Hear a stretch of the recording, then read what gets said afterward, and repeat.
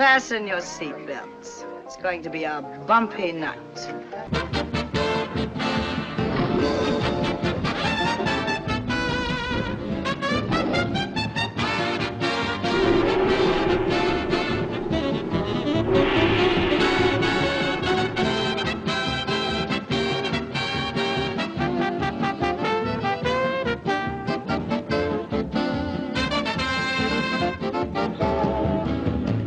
Live from Las Vegas, it's time for you to be talking movies with America's most award-winning film critic, John Barbour. You're being so gentle. I've heard you give reviews and you're so rough. You're saying. How would you have evaluated your own work in some of the films that you did prior to The Longest Shot? I mean, Much better than you, my friend. Our next guest is one of those rare talents who has something to say and can say it funny. He's a writer-performer on the new Laugh-In and one of the most popular, outspoken, and entertaining personalities on the local news here in Los Angeles. He's won a half a dozen Emmys as a film critic and host of his own shows. Let's welcome Mr. John Barbour, right over there.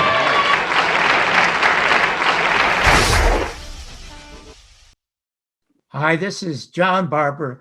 Welcome to Talking Movies. And what a joy today a show is really going to be, because it's not just a treat of a couple of talents. It's an absolute buffet of talent. And Doug, how are you today? I am doing wonderfully well. Thank you, John.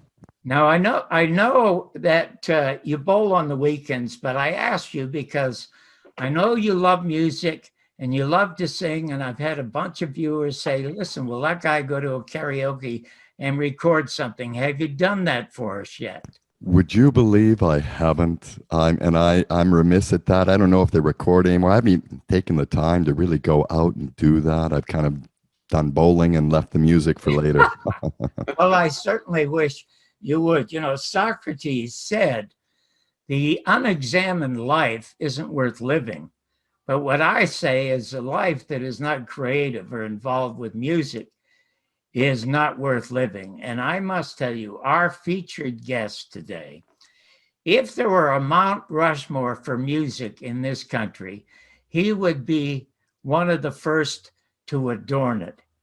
You are going to be stunned at the Wikipedia of wonderful work this man has done over the decades. I mean, in the 70s, he did the scores, the opening scores for bunches of our favorite shows. Laverne and Shirley, Love Boat, Love American Style, and even Monday Night Football. He's done over 100 films. Can you believe that?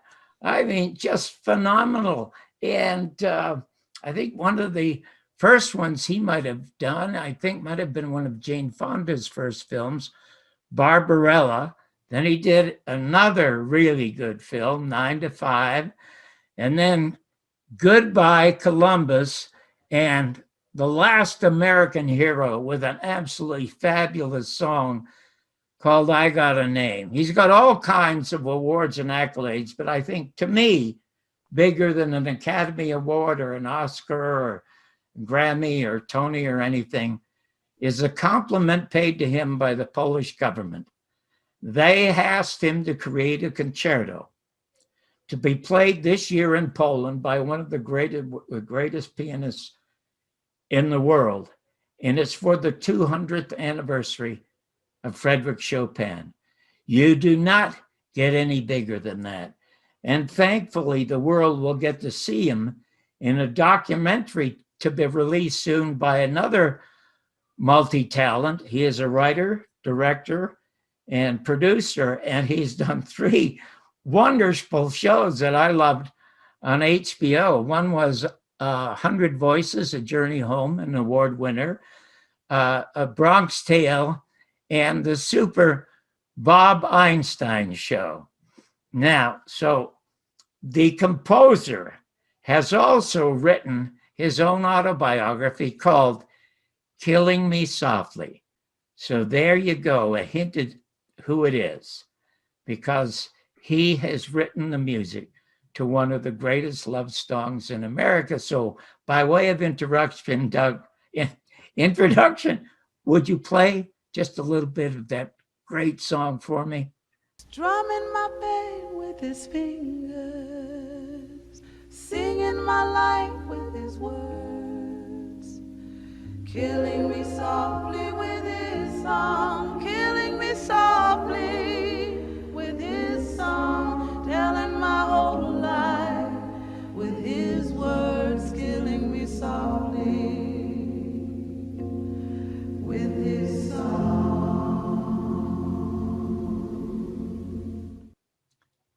It doesn't get more wonderful than that, and it doesn't get more wonderful for me to be able to introduce the composer, Charles Fox. Charles, how are you? And also at the same time, I have to introduce the man who is finally telling the documentary about your life, Danny Rose. Where are the both of you, and how are the both of you? We're great. I would just say that Danny Gold. Just to, Yeah. not Broadway Danny Rose. No, I didn't want to bring that up, but it brought a smile to my face. There can't be an actual human being successful in this business whose name is Danny Gold. That's I think it's the name of the Woody Allen film, which was very, very funny. Broadway Danny Rose, absolutely. Yeah, Broadway Danny Rose. That was it. Broadway Danny Rose. That's it. Well, so first of all, thank you so much for a lovely introduction. It was been a big fan of yours, John, for many years. So it's great to be on the Zoom with you, and look forward to meeting in person one day. So could I start with you, Charles, and Danny, if you don't mind just sitting there and listening a bit, because you'll get some of the same question. If they were making a movie about your life, Charles, where would it start? Where were you born? What were your parents like? Did you have siblings? And it seems to me, from the output of music of yours, you were born to be a musician, but did you wish to do anything else? No, honestly, I never had any thoughts of doing anything but music. And actually, when I was born, this is kind of family lore, but you might find it amusing. I was born with a bump in the back of my head that the doctor said to my mother, that was a music bump. Oh my God, you're kidding. Did you ever hear of that before? I never did since. No, I never. That is funny. Yeah. Were your parents or grandparents, anybody multi-talented musically? You know, my father came from Poland, talk about Poland. And he played a mandolin, and he played his nice little tunes, little Jewish tunes, and little songs. And he was kind of known as the man with the mandolin, not professionally. It's just something he loved to do. So that was my musical background, hearing the mandolin. Just that simple. And what did you first start tinkling around with as a kid, and how young were you? And what sort of music or musicians inspired you to go in the direction you were going? I started playing the piano when I was around 8 or 9 years old. And actually, my piano teacher was a very lovely woman we lived on the ground floor of an apartment house in the Bronx. My piano teacher lived on the 5th floor. And I would simply go up to take the elevator to the 5th floor with $2 neatly tucked in my shirt pocket like this, my lesson. And she was a wonderful woman, and I took lessons with her until I went to the High School of Music and Art when I was about 13. And as far as influences, she actually took me to my first opera. She was also a teacher at a college of music, and she included me, I was quite young, with the college students whenever she would take them on excursions. And she took us once to NBC to see how a radio show was made. And I still picture that, with the horses, going back to radio days. And she took me to see my first opera. It was Prokofiev, Love for Three Oranges. And I still remember that very well. It was a great moment in my life just to see people singing on stage and and with movement and an orchestra and beautiful percussive melodies, you know. Oh, how wonderful. What did your father do for a living? My father was a window cleaner, Uh-huh. and my mother was born in Israel, and they met in the Bronx and were married, and I was the middle of three brothers. And so I'll just say something interesting. I have my good friend Danny Gold. He was in the middle of now editing the film, Uh-huh. but the film, we started this kind of backwards, because one of the last things that I had done, I started my career professionally with Latin music. Tito Puente? Well, I discovered Latin music when I was about 15 years old. I was working in a band in the Catskill Mountains. You know, it was a place that many of us got started.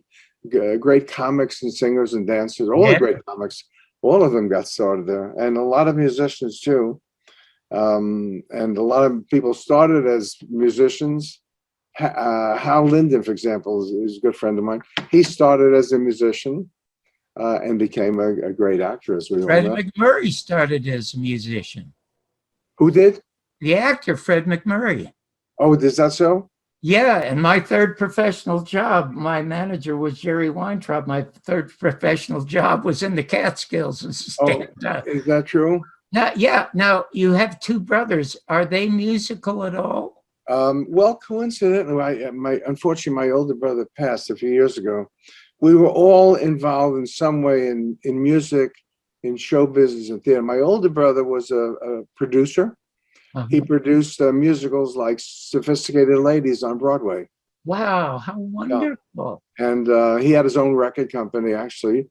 My younger brother, coincidentally, also got into Latin music, and he engineered most of the great Latin music records of the late 60s into the 70s. So it's funny how we all kind of ended up like this. And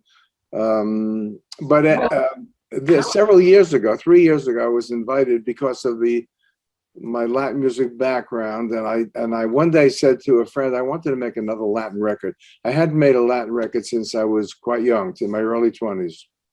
And so shortly after that, I had a call from the Minister of Culture of Cuba asking me if I would come there and do some concerts.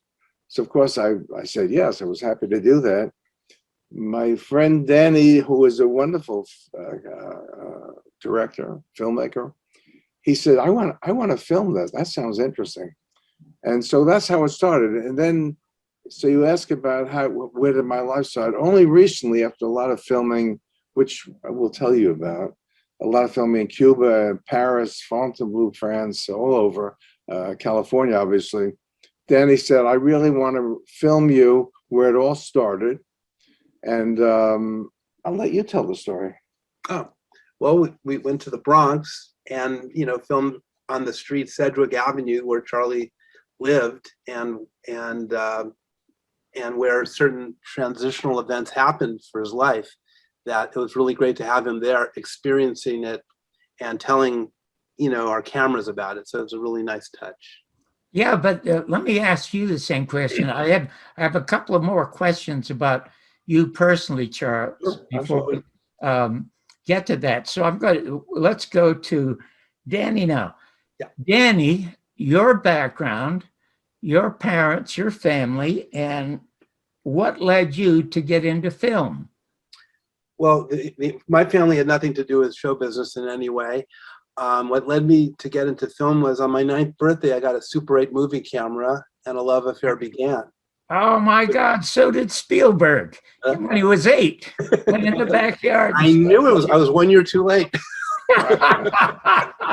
That's wonderful. And then because it's stuff that you do, the stuff that I saw on HBO is fantastic. But I want to just put you on hold a second because I have a couple of personal questions to Charles. Charles, what was your parents' attitude about the possibility of you earning a living as a musician? And did you meet your wife before you could make a living and support her, or after you were more successful? You know, my parents, right from the get-go, were completely supportive.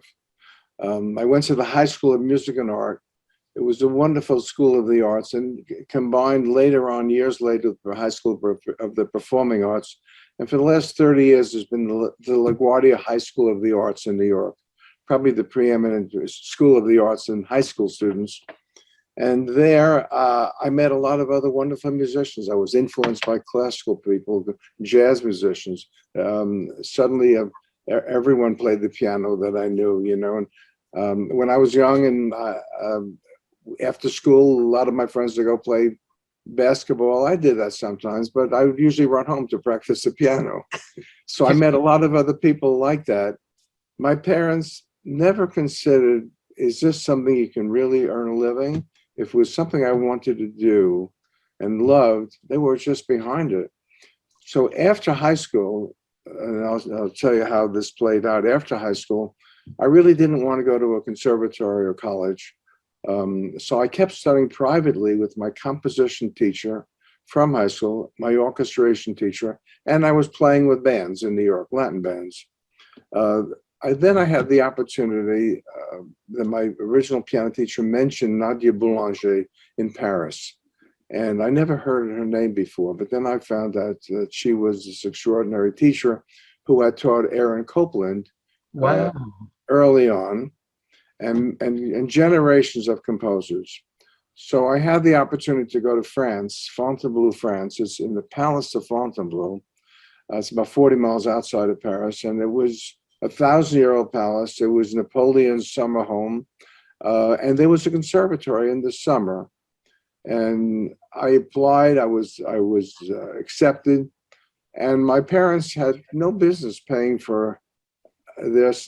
They couldn't afford it to send me to France, but they were so much behind me and my musical endeavors that they said, "Go, we'll figure it out." So they sent me to France when I was 18 years old, and they supported me. I came back when I was 21. And the second part of your question, I met my wife, Joan, when I came home from France. I needed to earn some money now. I'm 21 years old. I can't keep being supported. So I went to the Catskill Mountains again. I had a job, and fortunately, my wife, Joan, was a counselor at the camp. And truly, it was love at first sight for me. It was love at first. Oh my gosh! We're coming up, by the way. I'll just say it's our 60th anniversary in September. Oh my God! So when you first met Joan, did you write her a love song? I didn't even think of writing anyone a song. I didn't think of myself as a songwriter, to be honest. I did write Latin songs.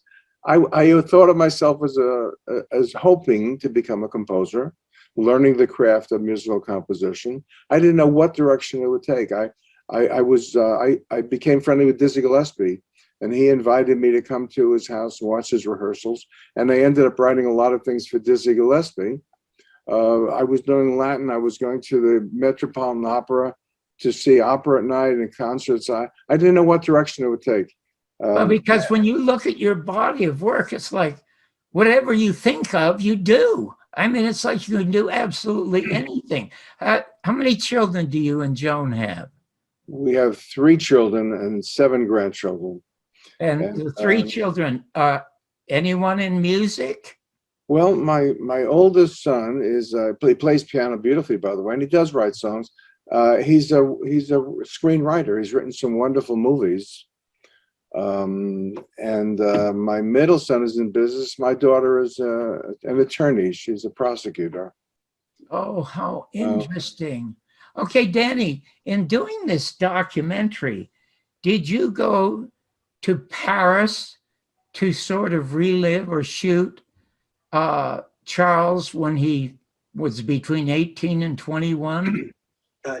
Absolutely. The idea was, we've, from a geographic standpoint, we've been to every area that sort of Charlie existed in.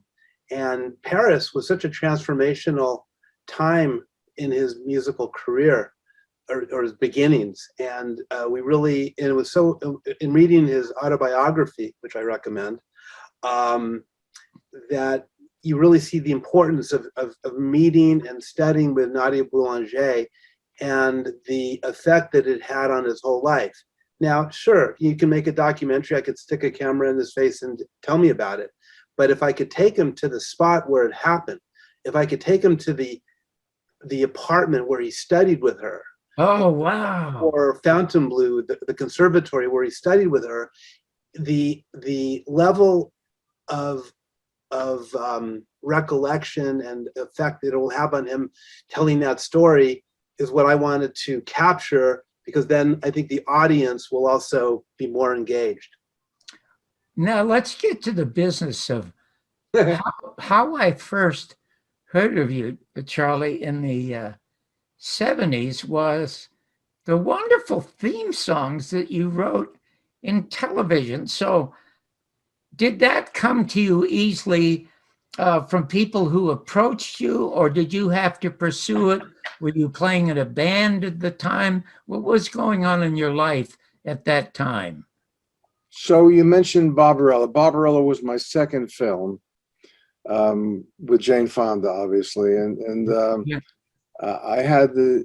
I wrote well, actually, I did that film with Bob Crew, one of the great record producers, songwriters. If you see Jersey Boys, those are all his co-writer of all those songs, as well as he discovered and produced the Four Seasons records. So he brought me on to do Barbarella together. He wasn't a composer, he was a lyricist, really. So I did the score, and together we wrote 5 or 6 songs. And just like that, I became a songwriter. I didn't expect to do that. So did somebody hear Barbarella and then think, hey, maybe this guy could write some stuff for television? Well, so the very first picture, that was the second, was a picture called The Incident, the black and white film about 2 tough guys terrorizing a subway car in the 60s. And my dear friend Larry Pierce was the first of a number of pictures I did together with Larry. His next picture was Goodbye Columbus. Yes. And so when I did Barbarella, I did that in New York. The folks at Paramount in California didn't know who I was at all. I was just brought in by Bob Crew. And so they sent the head of the music department, they sent Hollywood film editors, people to work with me. And as a result of that, of seeing me work, then Larry Pierce was able to bring me on to Goodbye Columbus, which was Stanley Jaffe's production. And so my entree to Hollywood was to come out to score Goodbye Columbus, to compose the score and conduct it in California. It is a terrific film and a fabulous score. So when you, I guess you say Barbarella was your first or your second? It was my second film, yes. The first was The Incident. The black and white one. A black and white one, exactly right, yeah. Okay, now when you look at the film, how do you work? How does a musician like you work? Do you have to lock yourself up privately and just look and look and look at the film until something occurs to you? Well, pretty much so. I mean, I usually see a film many times. It usually hits me in terms of what the needs of the films are musically. And then, of course, I'm not alone. I work with the director. So then I go through the film with the director, give him my ideas of where I think music belongs, where it should go, where it should end, and and what I could possibly hope to help with it, whether it's underscoring a love scene, a dramatic scene, or bring out some other something more subliminal, something under the surface, you know. I think of myself as a storyteller, if you want to know the truth. And I do that with music. I tell the stories of the film, try to enhance the film, and sometimes stay away from the music so that I don't get in the way of the characters. You know, that hits me. In doing this, you must have, because you lived through the same era of wonderful black and white movies that I did. I mean, Psycho would not exist without that scene in the shower. Yeah. And Hitchcock didn't want it. It was his wife who made him stick it in there.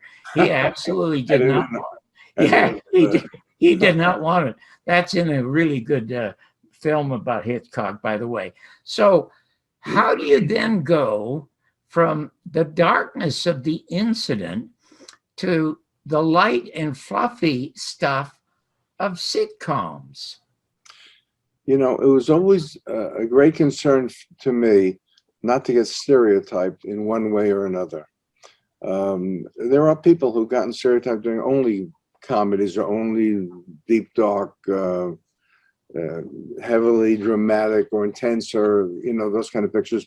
I've always enjoyed, you said it before about me, I love the different challenges. I love to go from one thing to another and not to get stuck in any one era.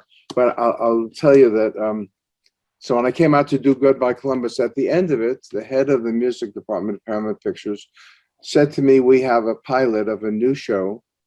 Would you stay around another month or two in California? I was still living in New York, although I brought my wife and 2 children out at that time to be with me. And we have a new pilot, and I think you would be the right person to score it. That was Love American Style. Oh my God. So I did that. I went back to New York. I got the call one day that it's a series. Now we need you to come back. And that was the start.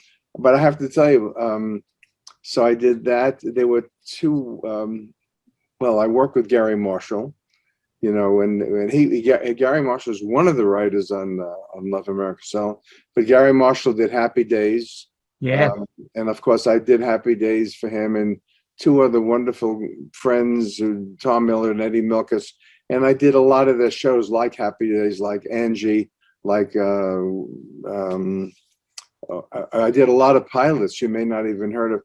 One day they were doing a movie, because now I felt I was getting stereotyped doing only comedies, and they were successful shows. I really couldn't complain. One day they had a movie called Women in Chains with Ida Lupino. Oh my God, you're kidding. There wasn't there. Well, I think it was on a lot at Paramount, and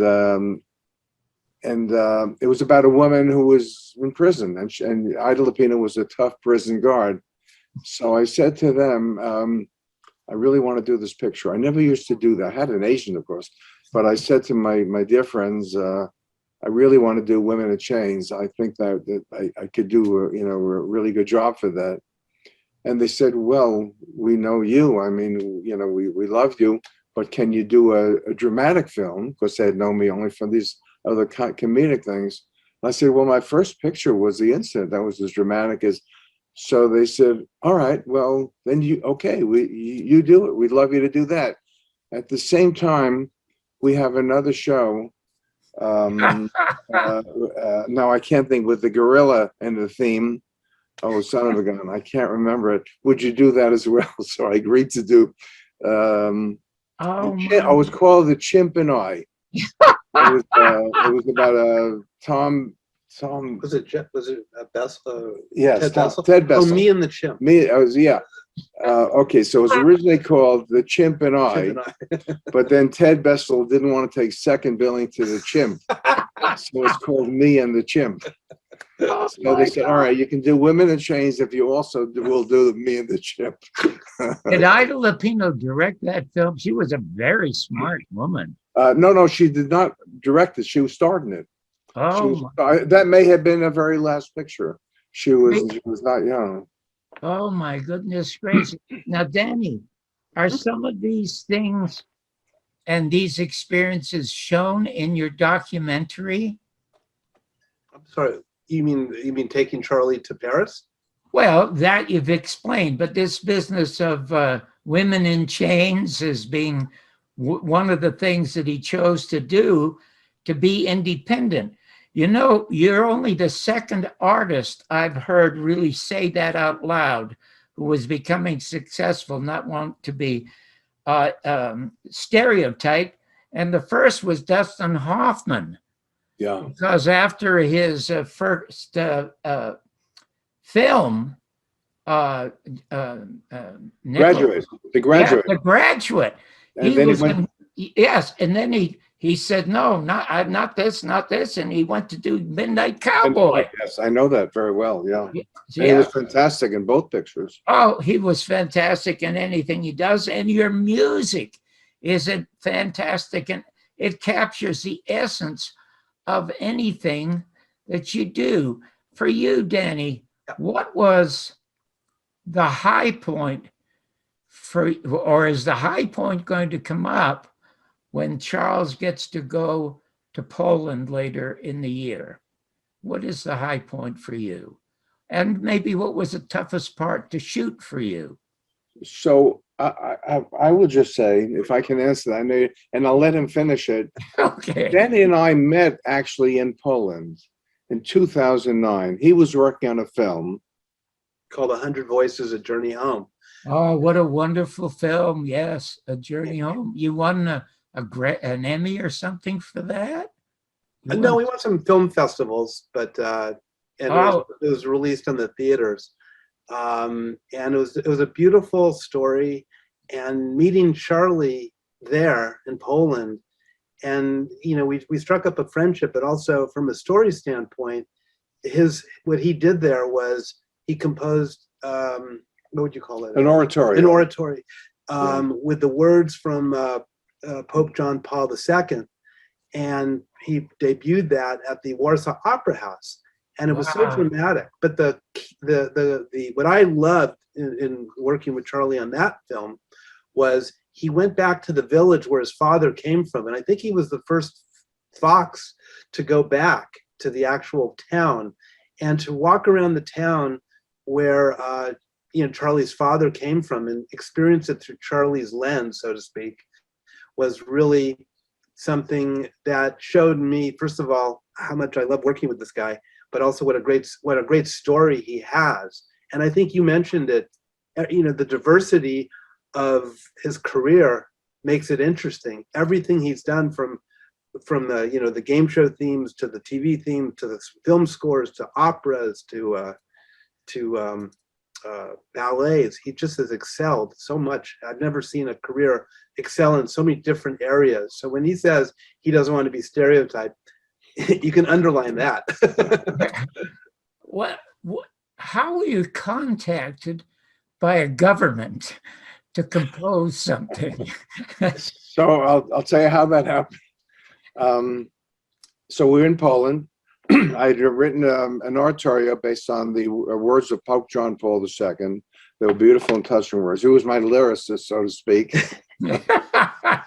And I conducted the Polish National Opera Company. We had 100 voices, 40 children voices, and a 100-piece orchestra that Danny captured magnificently in this film called 100 Voices, if anyone wants to see that.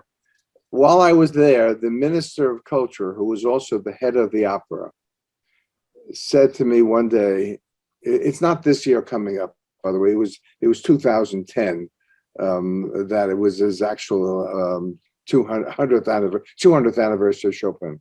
And the Minister of Culture said to me, so I would love you to consider writing a piece homage to Chopin. Would you please consider it? I said, all right, I've considered it, I'll do it. So he said, no, seriously, would you give us some thought? I said, I've given it all the thought I need.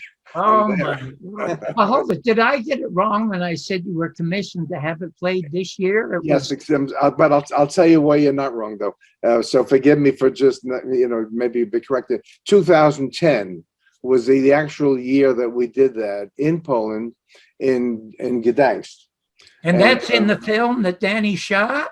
That part of it will be in the film, yeah. Oh my God, how thrilling. And actually, I conducted two of the great, Leszek Moster is one of the great pianists in Poland. And Eddie Daniels was one of the greatest jazz clarinetists of all time. I wrote a piece for those two with the chamber orchestra. We had 22,000 people standing and watching this concert. And that is part of the film. Yes, that'll be part of the film. But just about 2 or 3 weeks ago, the school that I went to in France, in the Palace of Fontainebleau, was celebrating the 100th anniversary of the conservatory. And they did a big concert in New York, really just literally a few weeks ago. And they asked me to conduct that same piece that we did in Poland for this concert. So I just did this currently 2 weeks ago again performed in New York, and it's always great to Oh, have my, music performed again. And it was oh my God, how just wonderful. Okay, so let me ask you a couple of questions about in composing something to celebrate Chopin. Did you ever see the movie with Cornell Wilde? yes, Yeah. yes, of course. Okay, so let me ask you this. How could you avoid putting in some notes that sounded like the Polonaise? That's just one of many extraordinary works that Chopin did. Oh, and the pop song. The which one? The pop song that Perry Como made a #1 hit. Oh, well, Till the end of time. Yes, a number of times over the years, songwriters have taken themes from Borodin's music, to Take My Hand, You're a Stranger in Paradise, from the Borodin Stranger in the Planet, I think it was. That happens. In my case, I didn't use any of Chopin's music, but I wrote very Chopinistic style piano, and that went into jazz, that went into more exciting kind of things. But I would say I was just influenced by the music of Chopin and the pianistic style of Chopin, which is very much his own style of, because he was not only the great composer, that he performed his own music as well. When Chopin would come to Paris to perform, it was the hottest ticket in town, you might say. It was like Billy Joel now in New York, and the kings themselves of France would bargain to get the best tickets. Oh, that's when true artists were really celebrated. I mean, when Charles Dickens went to New York, 25,000 people met him at the boat. I mean, who would ever go to meet an artist today in America? My God. And just a little thing about Poland. My son went to Poland a little over 2 years ago. And he was, my son was a Caucasian Tiger Woods, and he should have been on tour, but he couldn't putt. But he kept a journal, and he wrote about the adventures of being a solo golfer, trying to make it on the tour, but he couldn't putt. So he gave up, and he went to Hollywood, and he started as a golfer. He ended up as co-executive producer on two shows, Criminal Minds and CSI. And they're bringing back Criminal Minds, and he's going to do that again. He said, but a couple of years ago, when they went on hiatus, he got a call from Poland's leading production company and wanted him to come over there and help him write some crime dramas, okay? So he was thrilled to go. He didn't understand a word of Polish.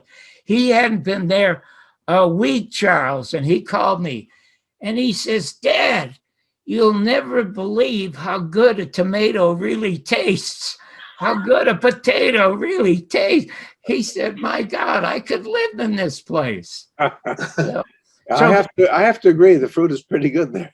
Really my gosh almighty. So we used to preservatives here. We get foods, a lot of preservatives. In Europe, mostly they don't, all over Europe, it's mostly fresh, right from the farm, Well, you must not only have a healthy appetite. I mean, the fact that you do something you totally love, you look 20 years younger than you are, and you sound 40 years younger than you are. Thank you. You just look and sound terrific. Can I tell you something? Yes. The dream never stops. I never stop dreaming about what I want to do, what I have yet to do, and what I would love to do. And I never stop considering how lucky I am that I get to do music. I get up, and you can't see my studio here, but I have my Steinway piano here, and I get up every morning and I go to the piano, and I never stop feeling fortunate that I can do that and earn my living this way. But it's not just the joy you give yourself, it's the joy you give us by the work that it is that you do. Well, I mean, God bless the artist, really. And people like Danny who find the artists and bring them to us, and with all their talent and their glory and their intelligence, it's wonderful. So you said The train is still running. Where's the next depot? I love that. So I actually have two musicals I just completed. One with Alain Boublil, who wrote a little show called Les Miserables. And he also wrote Miss Saigon. Oh my God. We have a wonderful collaboration. We wrote a new show, a new idea based on Alain's called Ain't That Jazz? And we're very excited about it. And we'll see how that develops. You know, theater, actually right now at this moment, there's a lot of interest in it as a musical motion picture. So we redid it as a film as opposed to as a stage musical. But I think it would be a stage musical as well. But we'll see how that develops. You know, you mentioned the title, the word had jazz. I think one of the really excellent musical movies was Bob Fosse's All That Jazz. Oh, it was great. Bob Fosse was incredible. This is a very, very different kind of a story. This is, without giving it away, it deals with jazz, but it also deals with Paris in the 1970s in America and New York and a love relationship that with a lot of very unusual twists and turns. Alain is a wonderful book writer and a marvelous lyricist, and we have a wonderful collaboration. Earlier, I mentioned that you and I lived through the same era of great black and white movies with fantastic composers. Of the few fantastic composers in movies, who were 3 or 4 of your favorites? And did any one of them influence you or just inspire you? Well, among my good friends and composers, one of my closest friends was Jerry Goldsmith. Jerry Goldsmith, who did 200 films. He wrote The Omen. Yes. Star Trek: The Motion Picture. Which? Star Trek: The Motion Picture. He did all the Star Trek's motion picture. One of the greatest composers of all time in Hollywood.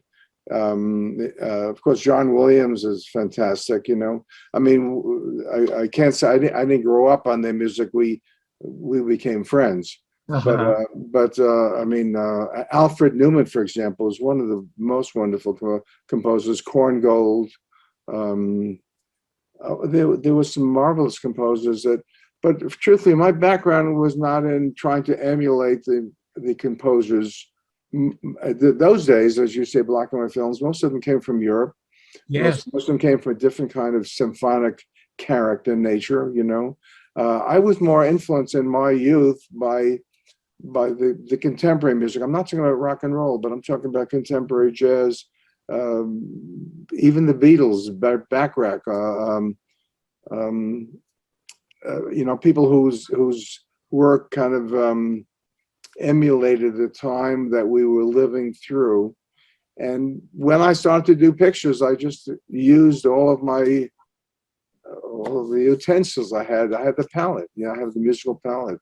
Well, the amazing thing, Charles, about your work, it transcends the society in which you grew up in. I mean, I look at it as a society, I must say, that is on the verge of deteriorating. I mean, I came from television where once upon a time we had such a thing as a fairness doctrine, we had equal time, all of which existed. We had a free press, which no longer exists at all. If you're 30 years of age in this country, you don't know what a free press is. But your music grows while the society around you seems to be shrinking. Do you feel that way? You know, I love opportunities to do new things. I love challenges. I've done some ballets, you know, for the San Francisco Ballet Company, and my collaborator Michael Smuin, who was head of the company that commissioned me to write this ballet based on a Native American theme called "The Song for Dead Warriors." And so when we got into doing that ballet, we went together to Missoula, Montana. We spent a few days on an Indian reservation. I read a lot of books about the Native Americans. I listened to a lot of their records. I went to American Indian Movement meetings with Russell Means. Oh my gosh, how interesting. So just to absorb the characters, just to absorb the people, to feel the empathy. Some of the most beautiful writings really came from the Native Americans, Chief Joseph and Red Cloud even. So I absorbed all this, and then when I started to write music, I put it aside and wrote my own music. Yeah, you were the musician to the Pope, and now you're the musician to Red Cloud. Okay, But I love that. I love those. Oh my God, that's wonderful. Is his visit, Danny, to the Indian nation and being with Russell Means, is any of that in your documentary? Well, we hope to. Yes. Oh, It's a great story. oh my gosh. So are you in the middle of shooting that documentary now or in the middle of editing it? I think we're I would say the tail end of shooting it, and we're well into editing it. So we're sort of simultaneously working both sides. And what are you going to call it? Right now, what's resonating is, Charlie could give you the full name, but what I really like is the musical journeys, plural, of Charles Fox. Oh my God, that's the perfect title. That is absolutely the perfect title. And when do you expect it to be released?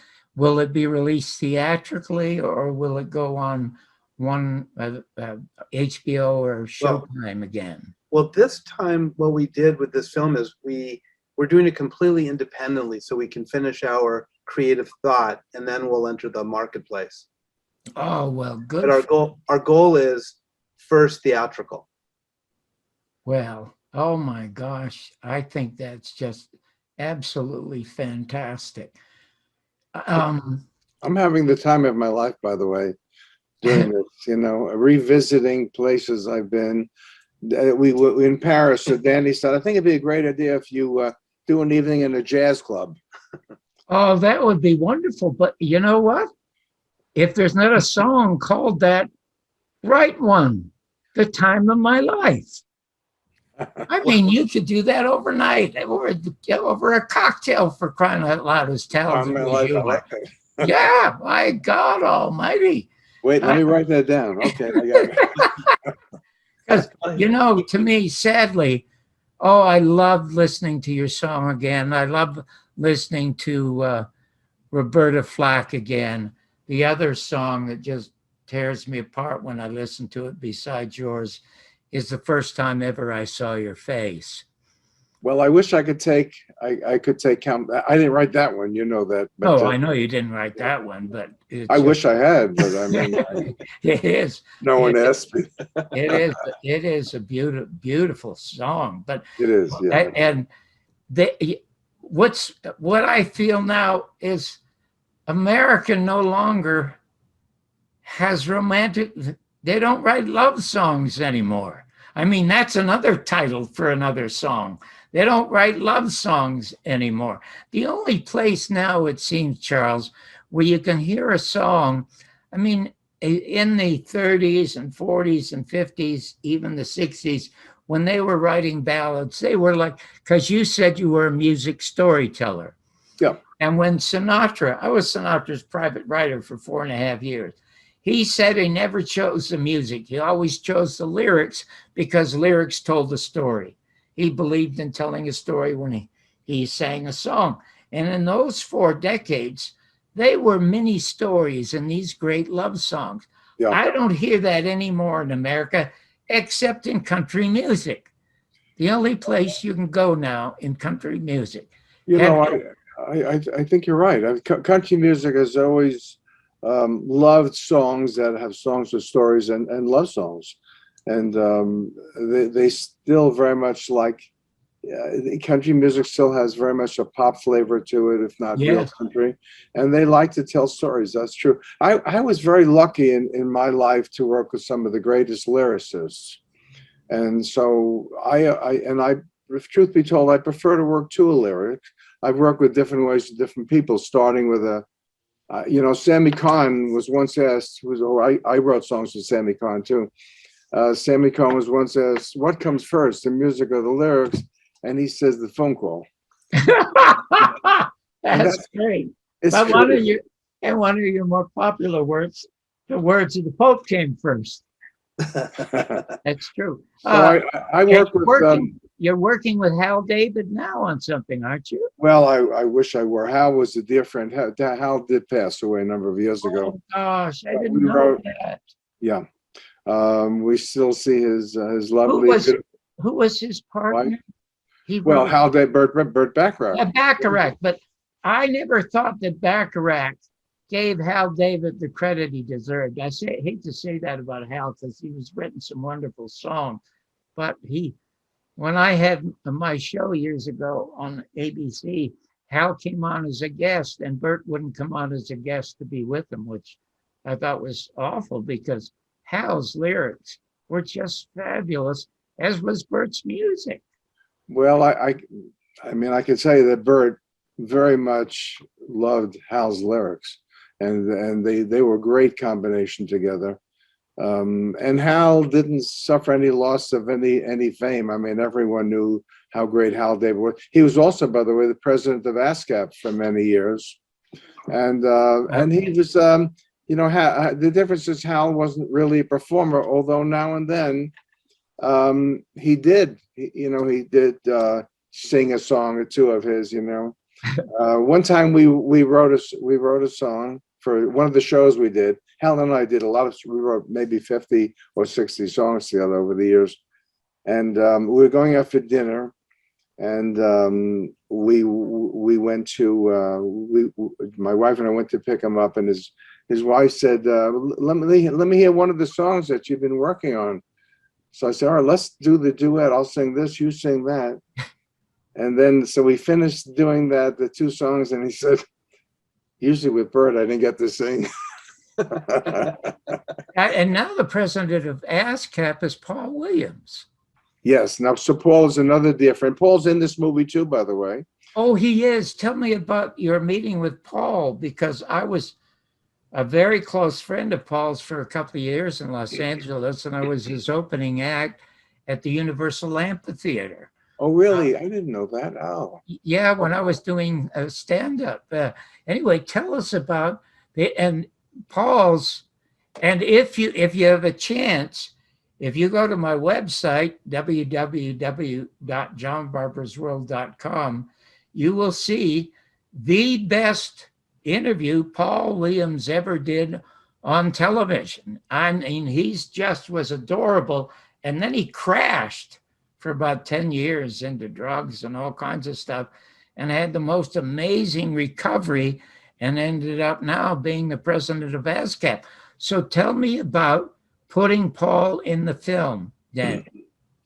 Well, I mean, Paul plays a significant role in Charlie's career, both. In what way? Well, I mean, they wrote the music, the songs for the film One on One with Robbie Benson.